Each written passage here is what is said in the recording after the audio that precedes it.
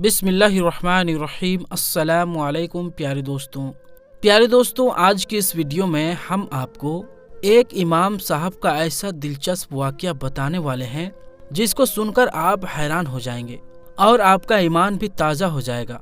इसीलिए दोस्तों, आप इस वीडियो को आखिर तक ज़रूर देखें और अगर आपको हमारी ये वीडियो अच्छी लगे तो मेहरबानी करके अपने दोस्तों रिश्तेदारों में ज़रूर शेयर करें। तो चलिए वीडियो शुरू करते हैं। दोस्तों, एक बार अफ्रीका के एक गांव में एक इमाम साहब को मुकर्रर किया गया।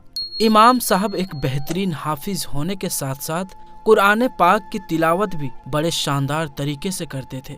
वक्त के पाबंद और तकवे वाले थे, इसीलिए गांव के लोगों को इमाम साहब बहुत पसंद आए और पूरे गांव वाले उनकी खूब इज्जत करने लगे। दोस्तों, इसी वजह से गांव का हर आदमी उस इमाम साहब की दावत करना अपने लिए इज्जत समझने लगा और बढ़ चढ़कर गांव वाले इमाम साहब की इज्जत व अफजाई करने की कोशिश करने लगे। इसी वजह से गांव में इमाम साहब के खाने की बारी लग गई। दोस्तों, उसके बाद कुछ दिनों के बाद रमजान का महीना शुरू हो गया और गांव के ही एक आदमी ने बड़े शौक से इमाम साहब की अपने घर में दावत करवाई। दस्तरख्वान को तरह तरह के पकवानों से सजाया गया। इमाम साहब खाने से फारिग होने के बाद खुश दिली से घर वालों को दुआएं देते हुए वहां से रुखसत हो गए। दोस्तों, जब इमाम साहब वहां से चले गए तो उसके बाद उस शख्स की बीवी उस दस्तरख्वान को समेटने के लिए आई तो उसे याद आया कि उसके दस्तरख्वान के पास कुछ पैसे रखे हुए थे जो वो भूल गई थी। उसने जल्दी से अपने उन पैसों को ढूंढा तो वो पैसे वहां से नहीं मिले। उसने इधर उधर ढूंढा मगर उसको वो पैसे कहीं भी नहीं मिले। उसके बाद जब उसका शौहर नमाज पढ़कर वापस घर आया तो उसकी बीवी ने सारा माजरा उसको सुनाया। शौहर ने भी उन पैसों के ताल्लुक से ला इल्मी का इजहार किया, यानी कि शौहर ने भी यही कहा कि उसको नहीं मालूम कि वो पैसे कहाँ हैं।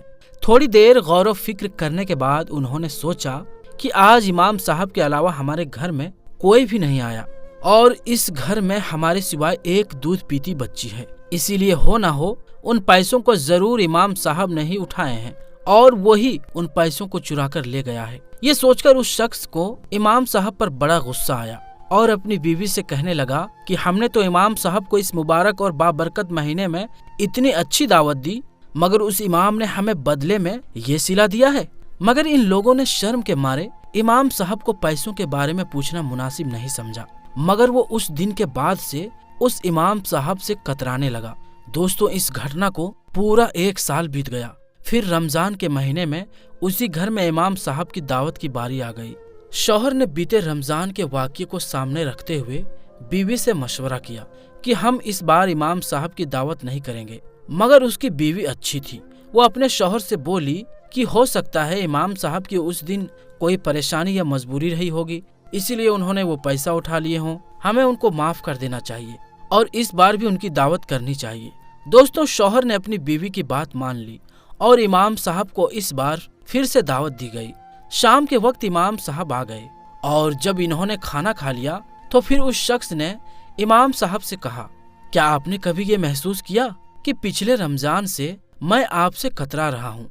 तो इमाम साहब ने कहा कि मुझे मालूम है। उसके बाद उस शख्स ने इमाम साहब से कहा कि इमाम साहब, मैं आपसे कुछ पूछना चाहता हूँ, आप उसका जवाब सही सही दे दीजिए। तो इमाम साहब ने कहा कि पूछिए। तो उस शख्स ने कहा कि पिछली बार मेरी बीवी दस्तरख्वान के पास में कुछ पैसे रखकर भूल गई थी, मगर उसके बाद जब उसने अपने पैसे ढूंढे तो वहां पर नहीं मिले और आपके सिवाय हमारे घर पर कोई भी नहीं आया था, इसीलिए हमें लगता है कि वो पैसे आपने ही उठा लिए। क्या आपने ही उठाए थे वो पैसे? तो ये सुनकर इमाम साहब ने फौरन जवाब दिया कि जी हाँ, वो पैसे मैंने ही उठाए थे। ये सुनकर उस शख्स के होश उड़ गए। इमाम साहब ने उसको बताया कि उस रोज मैंने दस्तरख्वान के करीब से कुछ नोटों को बिखरते हुए देखा था। खिड़की भी खुली हुई थी और पंखा भी चल रहा था। मुझे लगा कि कहीं ये पैसे बाहर उड़ न जाए, इसीलिए मैंने उन नोटों को जमा करके उठा लिया। इतना कहकर वो इमाम साहब अपना सर झुकाकर रोने लगे। ये देखकर मियाँ बीवी दोनों परेशान हो गए और पूछने लगे कि इमाम साहब, क्या बात हुई, आप क्यों रो रहे हो? तो इमाम साहब ने कहा कि मैं इस बात पर नहीं रो रहा हूँ कि आप लोगों ने मुझ पर इल्जाम लगाया है, आप लोगों ने मुझे बेइज्जत किया है, बल्कि मैं इस बात की वजह से रो रहा हूँ कि आज उस बात को पूरा 1 साल बीत चुका है और इस 1 साल में तुम्हारे घर में किसी ने भी कुरान पाक को नहीं छुआ है। अगर कोई एक बार भी सिर्फ कुरान पाक को खोल भी लेता तो तुम्हें तुम्हारे वो पैसे मिल जाते। इतना सुनते ही वो शख्स दौड़ता हुआ घर में रखी हुई कुरान पाक के पास गया और जल्दी से उसको खोल कर देखा तो कुरान पाक में वो सारे के सारे पैसे मौजूद थे। ये देखकर वो शख्स बहुत शर्मिंदा हुआ और कुरान पाक को चूमने लगा और इमाम साहब से माफी भी मांगने लगा। और उसने इमाम साहब से कहा कि अब से वो हर रोज कुरान पाक की तिलावत करेगा। दोस्तों, एक और दिलचस्प वाकया आपको सुनाने जा रहे हैं, जरूर सुनिएगा। एक औरत है, वो बयान करती है कि उसका शौहर उसको छोड़कर बगैर बताए कहीं चला गया और फिर मैं उसकी राह तकती रह गई मगर वो वापस नहीं आया। जब मेरा शौहर मुझे छोड़कर गया तो मेरी गोद में छोटी सी बच्ची थी। जब मुझे मेरे शौहर की वापसी का यकीन नहीं रहा तो मैं अपने बूढ़े बाप के साथ रहने लगी। मेरा बाप भी इस तरह बूढ़ा हो चुका था कि अब वो मजदूरी करने और पैसे कमाने जैसा नहीं था। हमारे हालात आए दिन बिगड़ते चले जा रहे थे और नौबत फाकों तक आ पहुंची थी। एक दिन मेरी बच्ची को शदीद बुखार आ गया और फिर घर में भी खाने को कुछ नहीं था। दवाई के लिए पैसे तो दूर की बात थी। मैं सख्त परेशानी की हालत में बैठी रो रही थी। हमारी मदद करने वाला कोई नहीं था। अचानक मेरे दिलो दिमाग पर अल्लाह तबारक व तआला का ये इरशाद छा गया कि कौन है जो सुनता है जब वो उसको आवाज देता है और उसकी मुसीबत को दूर करता है, जो कि सूरह नमल की आयत है।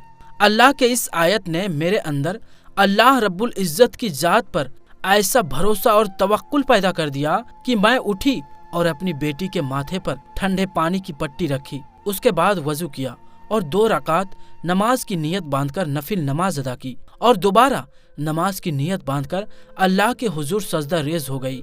बच्चे की तकलीफ की वजह से नमाज भी मुख्तसर सी पढ़ी मगर दिल में अल्लाह की जात पर अजीब सा तवक्कुल और भरोसा जाग उठा था। मैं इसी अमल को बार बार दोहरा रही थी। 2 रकात पढ़ती और दुआ करती और बच्ची की पट्टी चेंज करती। मैंने इस अमल को 4-5 बार दोहराया होगा कि हमारे दरवाजे पर दस्तक हुई। मैं और मेरे वालिद साहब दोनों परेशान थे कि रात के इस पहर दरवाजे पर कौन हो सकता है। वालिद साहब ने पूछा कि कौन है, तो बाहर से आवाज आई, मैं डॉक्टर हूँ। उन्होंने दरवाजा खोला तो डॉक्टर ने अंदर आते ही पूछा, मरीज कहाँ है? हमने बच्ची की तरफ इशारा कर दिया। डॉक्टर ने बड़ी तसल्ली से मेरी बच्ची को चेक किया, फिर कागज की चीट पर कुछ लिखा और मुझे थमाते हुए बोला, लाइए मेरी फीस, मैं चलता हूँ और ये दवाई लाकर बच्ची को इस्तेमाल कराएं। मैंने डॉक्टर से कहा कि हमारे पास तो फीस नहीं है। डॉक्टर को गुस्सा आ गया और गुस्से में डॉक्टर बोला कि अगर फीस नहीं थी तो इस वक्त मुझे फोन करके क्यों बुलाया? मुफ्त में थोड़े ही चेकअप होते हैं। इस पर हमें हैरानगी हुई कि डॉक्टर को फोन किसने किया। अलबत्ता मैंने हिम्मत करके डॉक्टर को बताया कि हमने तो फोन नहीं किया, बल्कि हमारे पास तो फोन भी नहीं है। हमारे घर में खाने के लिए कुछ नहीं है, हम ये दवाई कैसे ला सकते हैं? इस पर डॉक्टर थोड़ा नॉर्मल हुआ और पूछने लगा, ये सैयद साहब का घर नहीं है? उस औरत ने बताया, जी नहीं, उनका घर आगे वाली गली के नुक्कड़ पर है। तो वो डॉक्टर साहब खामोशी से चला गया। मैं वापिस अपनी बच्ची के पास बैठ गई। थोड़ी देर गुजरी थी कि दोबारा दरवाजे पर दस्तक हुई। वही डॉक्टर दोबारा हमारे घर पर आया और उसने कहा, मैं उस वक्त तक नहीं जाऊंगा जिस वक्त तक आप लोगों की पूरी कहानी मालूम न कर लूं। मैंने सारा माजरा उसको सुनाया। उसने हमें तसल्ली दी और खुद जाकर मार्केट से दवाइयाँ खरीद लाया और साथ में हमारे खाने पीने के लिए भी कुछ लेकर आया। उसने अपने हाथों से मेरी बच्ची को दवाई पिलाई और जाते वक्त ये कहकर गया कि अब आपको किसी किस्म की फिक्र करने की जरूरत नहीं है, हर महीने आपको जरूरत का सामान पहुंचा दिया करूंगा। तो दोस्तों, ये है अल्लाह पर भरोसा और तवक्कुल का सिला। जब इंसान अल्लाह की तरफ पूरे यकीन के साथ रुजू करता है तो अल्लाह उसकी जरूर मदद फरमाता है। अल्लाह ताला हम सब को कहने और सुनने से ज्यादा अमल करने की तौफीक अता फरमाए। आमीन सुम्मा आमीन।